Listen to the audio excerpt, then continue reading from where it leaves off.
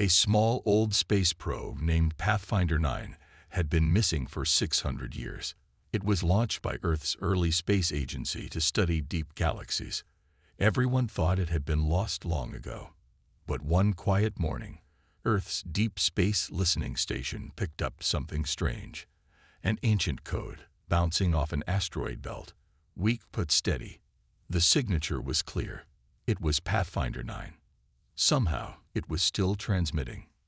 People were shocked. The probe was never meant to last that long.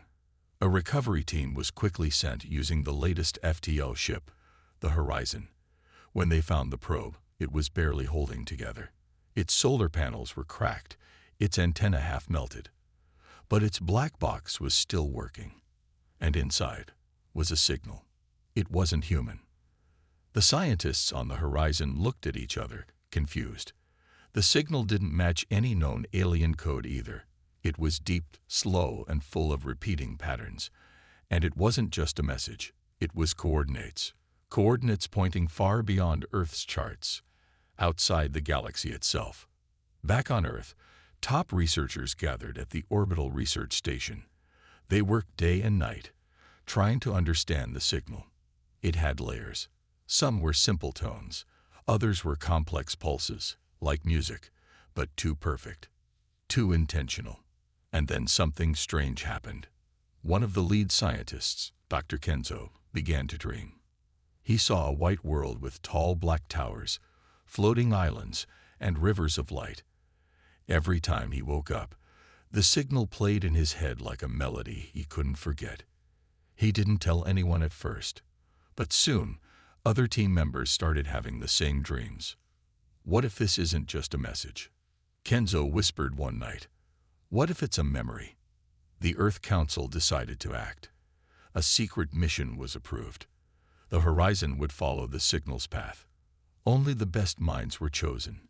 Scientists, engineers, and one military officer for protection. Among them was Dr. Asha Verne, a language expert who had once decoded an extinct alien dialect in her 20s. She looked at the signal and said, "This wasn't sent recently. This is ancient." As the Horizon left Earth, people watched in silence. It slipped into fold space and vanished from normal view. The journey would take only weeks with their tech, but where it was going, no human had ever traveled. As they moved deeper into the void, stars grew thin. The crew started to feel uneasy. Not scared, but watched. The ship passed strange clouds, gas shapes that twisted like arms. One crewman said they looked like eyes. Then they reached it. A black space, a void where stars used to be. The coordinates led to a point in this dead zone. There something floated, massive, silent, and perfect. A dark cube the size of Earth's moon. It wasn't orbiting anything. It just was. The crew stared in silence. No engines, no lights, no markings, and yet the signal grew stronger the closer they got. As the Horizon approached, the cube reacted. One side slowly opened like a mouth in the dark. There was no message, no threat, just invitation. The ship held position. Dr. Ash's hands trembled. It's waiting.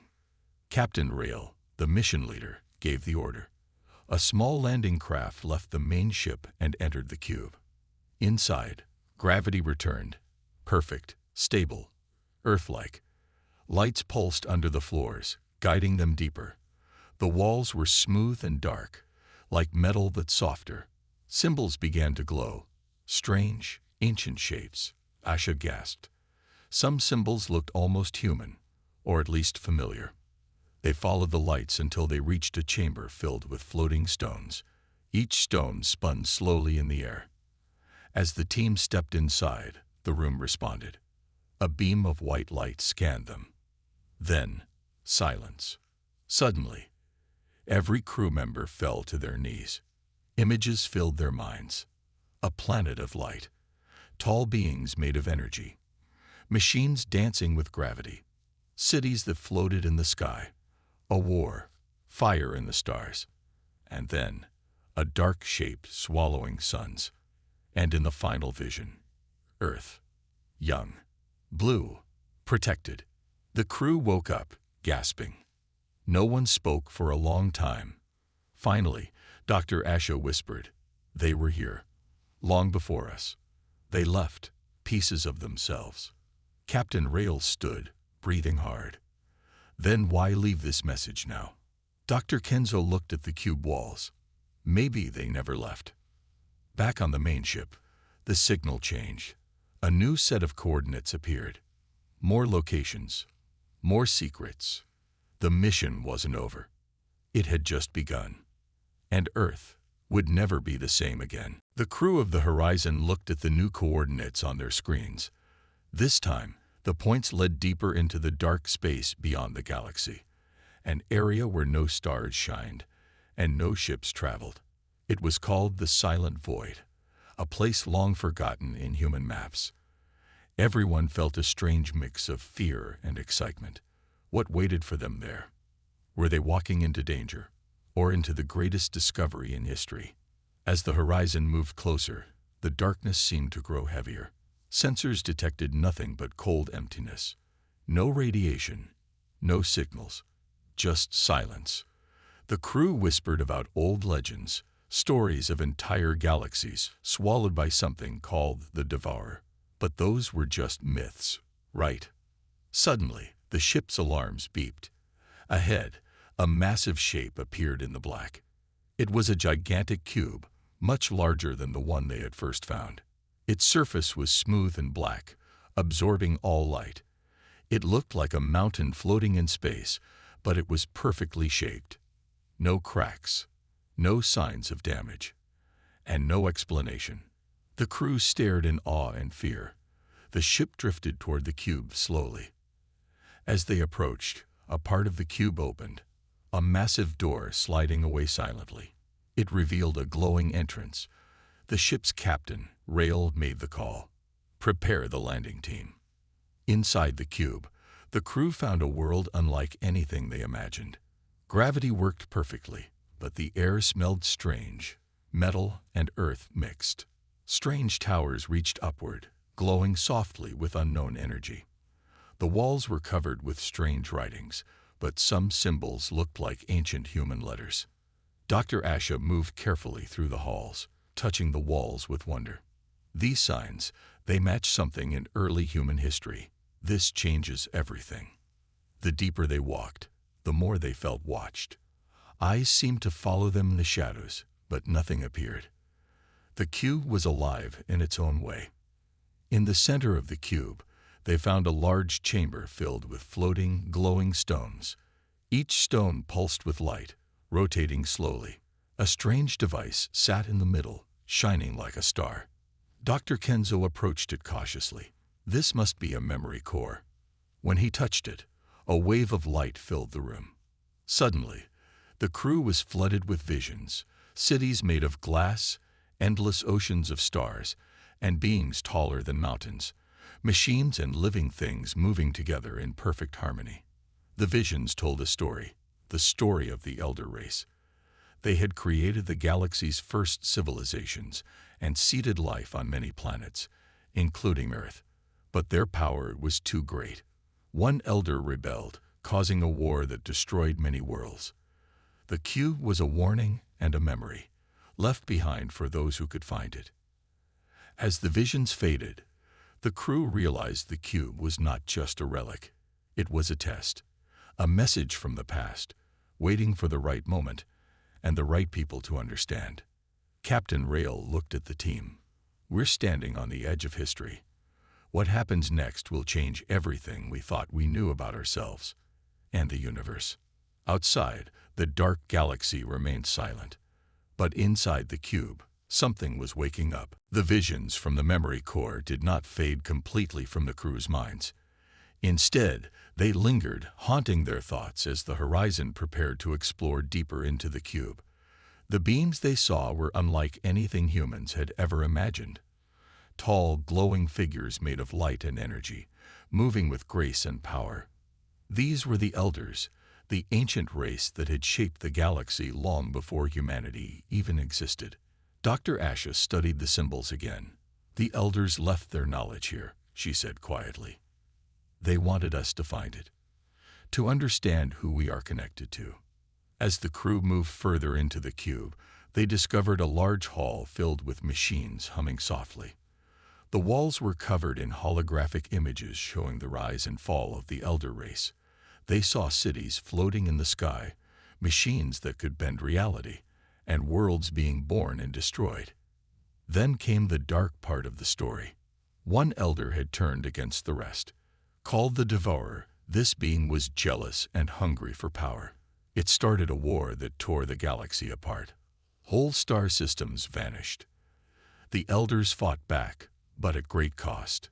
Many of them chose to hide, leaving behind memory cubes like this one to warn future civilizations. As the crew watched these scenes, their ship's AI suddenly picked up an unusual energy reading inside the cube. It was faint but growing stronger. The cube itself seemed alive, reacting to their presence. Dr. Kenzo warned, "We're not just visitors here.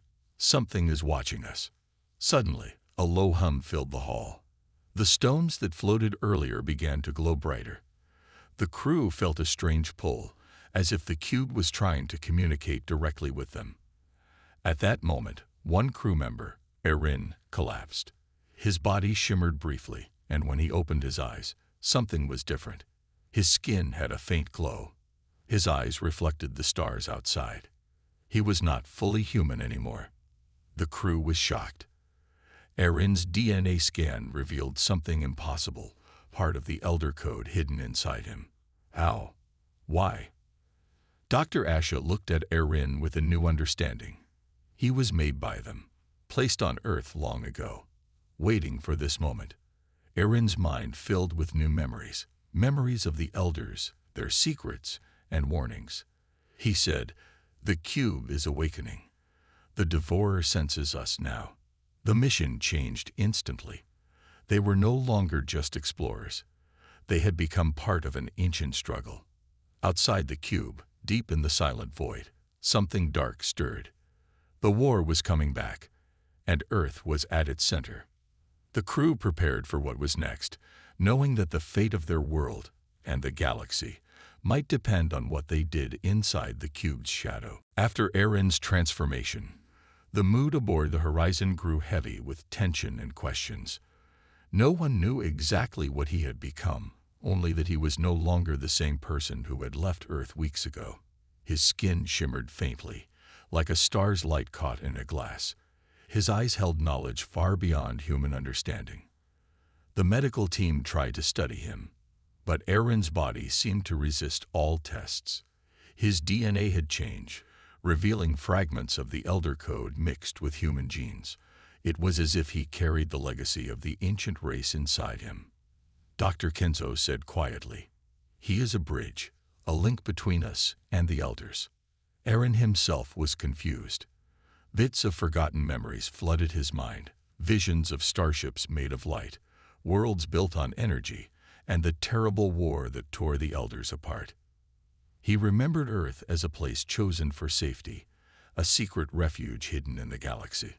But now, he warned, the secret was breaking. The cube, they discovered, was not just a monument. It was a living system, reacting to their presence and awakening ancient defenses. Erin said, "It's calling to others like me, others the elders left behind." Captain Rail gathered the crew for a meeting. "We need to decide," he said firmly. "Is Erin a threat or our greatest hope? And what do we do if this awakening draws attention from enemies we don't understand?" The crew debated. Some feared Erin might become a weapon, controlled by forces beyond them. Others believed he held the key to stopping the Devourer, the Dark Elder who destroyed so many worlds. Dr. Asha stood by Erin's side. "He is part of us. We have to trust him." While the crew argued, the cube's glow grew stronger.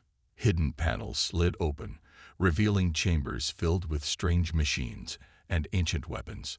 Erin was drawn toward them, his body moving as if guided by an unseen force. One chamber held a console that lit up when Erin touched it.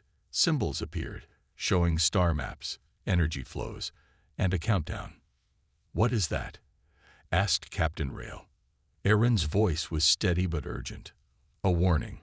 The devourer is trapped, but its prison weakens. It senses us, and it is coming." The countdown was nearly finished. The crew knew they had little time. They needed to unlock the cube's full power, or risk losing everything. As they prepared to face the coming threat, silence fell over the ship. Outside, in the cold dark of the silent void, something ancient was waking, and Earth's future was tied to the choices they made inside the cube's shadow. The chamber's soft glow cast long shadows on the walls as the crew gathered around the ancient console. Suddenly, the air shifted, growing heavy with power. A deep hum filled the room, vibrating through the floor and into their bones. Then, from the center of the chamber, a figure began to materialize, an elder. Its form was tall and shimmering, made of light and flowing energy. It floated silently, eyes glowing with ancient wisdom. The crew stepped back, awestruck and afraid. The elder's voice echoed in their minds, not through words but feelings, calm, vast, and powerful. Through Erin, the hybrid, the message came clearly. "I am Kellen, one of the last elders. I have slept for eons, waiting for the moment when the galaxy would need us again." Erin knelt before the elder. As if pulled by instinct, he spoke softly. "The signal awakened us. The devourer's shadow grows longer. It hungers for freedom." Kalen's light pulsed in sorrow. The devourer was once one of us, an elder consumed by jealousy and rage. It sought to control all life, to burn the stars and remake the universe in its dark image. We fought a terrible war to stop it. The crew listened in silence as the elder revealed the truth. The devourer was trapped in a prison made of pure energy, hidden deep in the silent void. But its prison was weakening, and its influence was spreading like a dark storm. "You awakened the signal," Kalen said. "Now, the devourer knows you exist. It will come." The crew exchanged worried glances. The mission had become more than exploration. It was a fight for survival. Kalen turned to Erin. "You carry the legacy of the elders. You are the key to stopping this darkness." "But how?" Captain Rail asked, voice tight with urgency. "The cube holds the power to defend the galaxy," the elder explained. "But it must be unlocked. Only those who carry the elder's blood can activate its full strength." Erin nodded, feeling the weight of his heritage settle on his shoulders. The crew knew their path was dangerous, but there was no turning back. As Kalen's form slowly faded, the cube hummed louder. Outside, distant storms of energy swirled in the dark void. The devourer was coming, and Earth was the next target. The crew prepared for the battle ahead, carrying the hopes of two races and the fate of the galaxy in their hands. The warning from Kalen echoed in every mind aboard the horizon. The crew worked tirelessly, preparing the ship and themselves for the battle that loomed closer with every moment. Outside the cube, the silent void began to stir. Dark clouds of energy twisted and pulsed like a living storm, spreading farther into the galaxy's edge. The devourer's presence was growing stronger, and its hunger was reaching toward Earth. Erin spent hours connected to the cube's systems, unlocking secrets hidden for millennia. With every command he gave, the ship hummed with newfound power. The cube responded to his elder blood, lighting up ancient defense networks that had lain dormant. It was as if the cube itself was waking up to protect the galaxy once more. Captain Rail and Dr. Asha coordinated with the military team, readying the ship's weapons and shields. They knew the Devourer's forces wouldn't come alone. Dark ships, twisted and corrupted by its power, began to appear on their sensors. Ghostly vessels with no mercy. As the first wave of enemy ships approached, the cube unleashed its power. Beams of pure light shot out from hidden towers, tearing through the darkness. The battle was fierce and brutal. The horizon moved like a shadow, weaving between enemy fire, while Erin directed the cube's defenses with precise focus. The crew fought with everything they had. Each blast, each maneuver, was a fight for survival and for the future of Earth. Erin's connection to the cube grew stronger, and with it, his understanding of the Elders' ancient technology. He realized that the cube was more than a fortress. It was a living weapon, built to hold back the darkness that threatened to consume everything. But the Devourer was clever. It sent a massive ship, the heart of its army, toward the horizon. Its dark hull was covered in spikes, and it pulsed with corrupt energy. The ship opened a massive cannon, ready to destroy the cube and all who protected it. Captain Rail gave the order. Focus all firepower. Protect the cube at all costs. The crew worked as one. Erin called to the cube's core, activating its final defense, a shield of brilliant light that surrounded the ship and the cube itself. The dark cannon fired, a blast of shadow and fire, but it met the shield and shattered. The enemy screamed in fury, but they could not break through. The battle raged on, and the crew knew this was only the beginning. The Devourer would not give up so easily.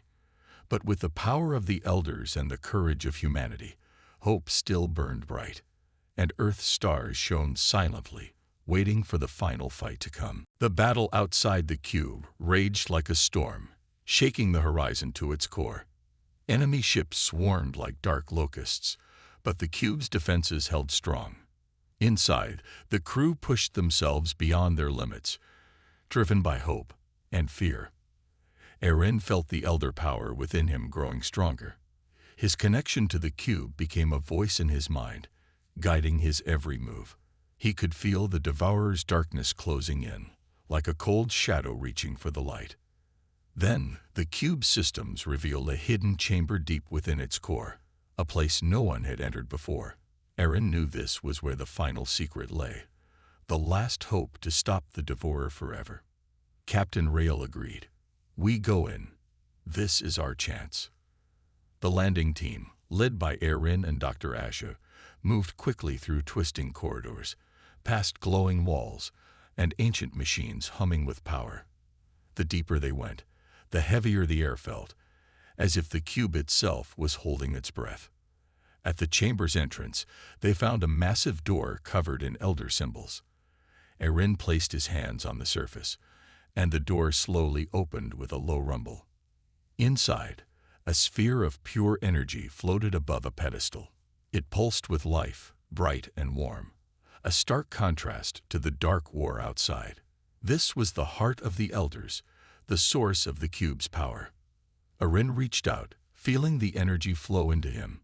Memories flooded his mind, visions of the Elders' greatest battle, the sacrifice they made to trap the Devourer, and the hope they placed in future generations. The Devourer's ships broke through the outer defenses, heading straight for the cube's core. The crew had little time left. With the heart's power now inside him, Erin felt unstoppable. He raised his hands, releasing a wave of light that swept through the corridors, pushing back the darkness. Outside, the Devourer's forces faltered. The dark storm began to break apart, and the black ships started to retreat. But the victory came with a cost. The cube began to collapse, its energy fading as the heart's power was used. Captain Rail ordered the evacuation.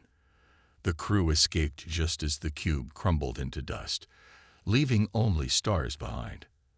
As they returned to Earth, the crew knew the war was not over. The Devourer was weakened, but not destroyed. It would return one day. But humanity was ready. With the legacy of the Elders now part of them, they would stand strong. The stars were silent once more, but in that silence, hope shone brighter than ever. Silence returned to space where once chaos had raged. The ancient cube was gone, its fragments scattered like silver dust among the stars.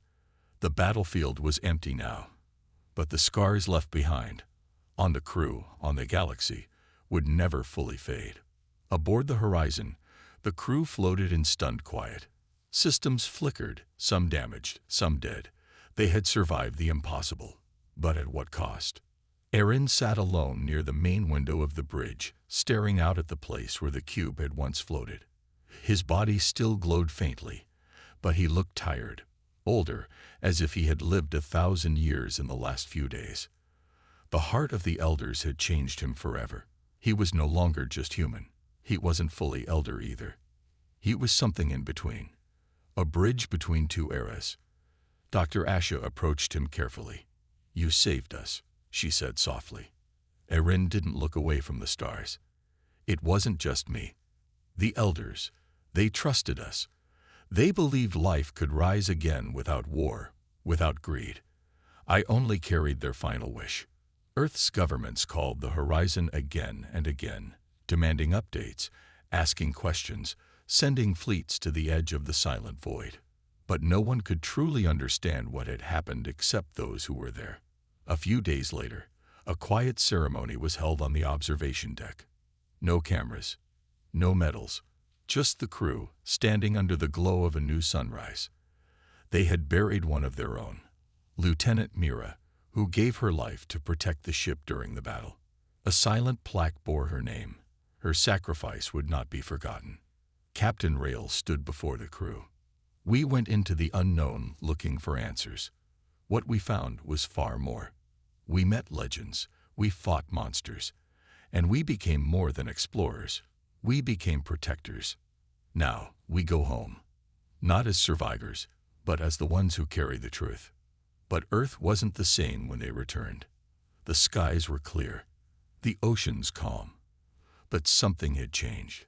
All across the planet, strange signals began to appear, soft pulses, like echoes. They came from the deep sea, from mountain peaks, from desert sands. These were elder beacons, long dormant, now awakening. Erin explained it best. The elders didn't just leave knowledge in the cube. They left seeds, hidden places waiting to grow again.